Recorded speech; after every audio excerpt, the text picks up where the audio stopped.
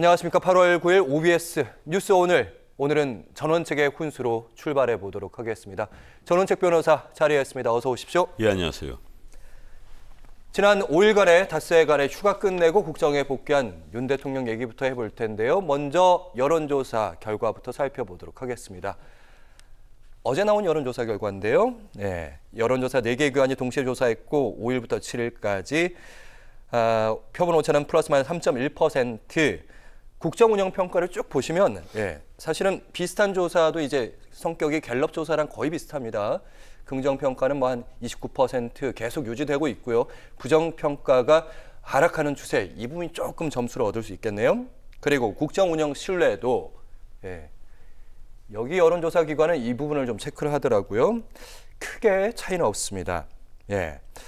어떻게 보세요? 좀 갤럽 여론조사도 그렇고 이번 갤럽은 안 했습니다만. 지금 우리나라 여론조사에서 면접조사, 전화 면접조사를 하는 곳이 이제 한국갤럽 여론조사, 그리고 이 KCA 리서치를 비롯해서 뭐 코리아 리서치, 한국 리서치 이래 4개 여론조사 기관이 하는 MBS 지표조사, 이거 다 이제 전화 면접조사를 합니다.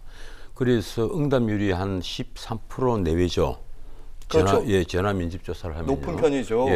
비교적 그렇게 나옵니다.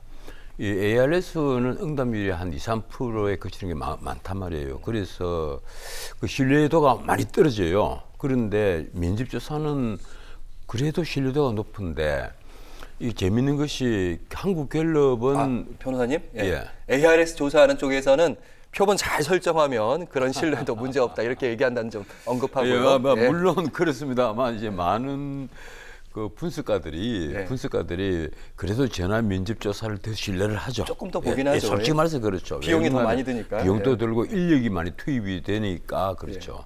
그런데 어쨌든 한국갤럽은 그 지난번에 바닥군이 다 30%란 말이에요. 지지도 바닥군은. 그런데 그걸 깨고 내려가서 윤 대통령에 대한 긍정 지지가 긍정률이 21%까지 떨어진 적이 있습니다. 그런 적 있죠. 23%, 21%, 24%, 25%, 26%까지 갔다 다시 25%. 그랬죠. 그러다 이제 29%까지 튀어 올라왔는데 이번 주에는 쉬었어요.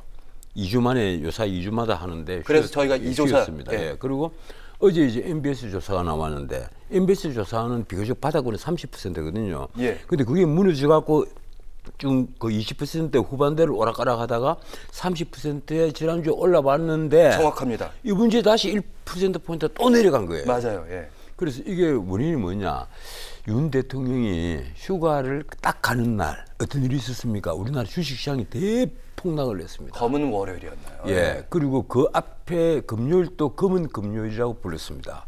그 앞에 금요일도 3.5%인가 이렇게 빠졌는데 주로 이 우리 국민 주식이라고 불리는 삼성전자, SK하이닉스 이런 반도체 주식이 다 빠져버렸다. 이른바 대장주들.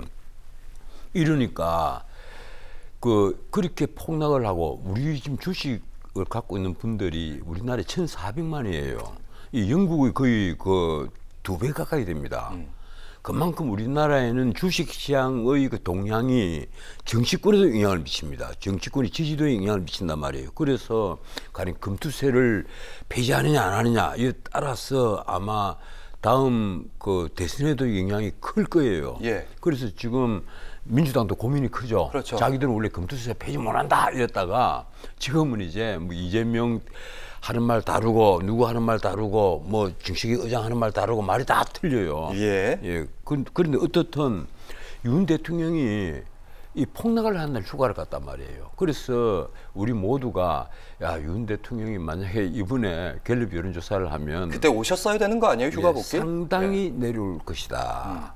그러다가 또 폭락을 해서 휴가를 갔는데 기자들이 찍어서 신문에 그 TV에 올린 사진이 시장에 앉아서 환히 웃고 있는 사진이란 말이에요. 그다음에 또 김건희 여사 부산 시장. 이걸 좀 속으로 말하면 나무의 허파를 뒤집는 그런 환한 웃음이에요. 지금 중산층이 무너지고 그 일분이 하위 20% 저소득층은 지금 버는 돈보다 쓰는 돈이 훨씬 많았어.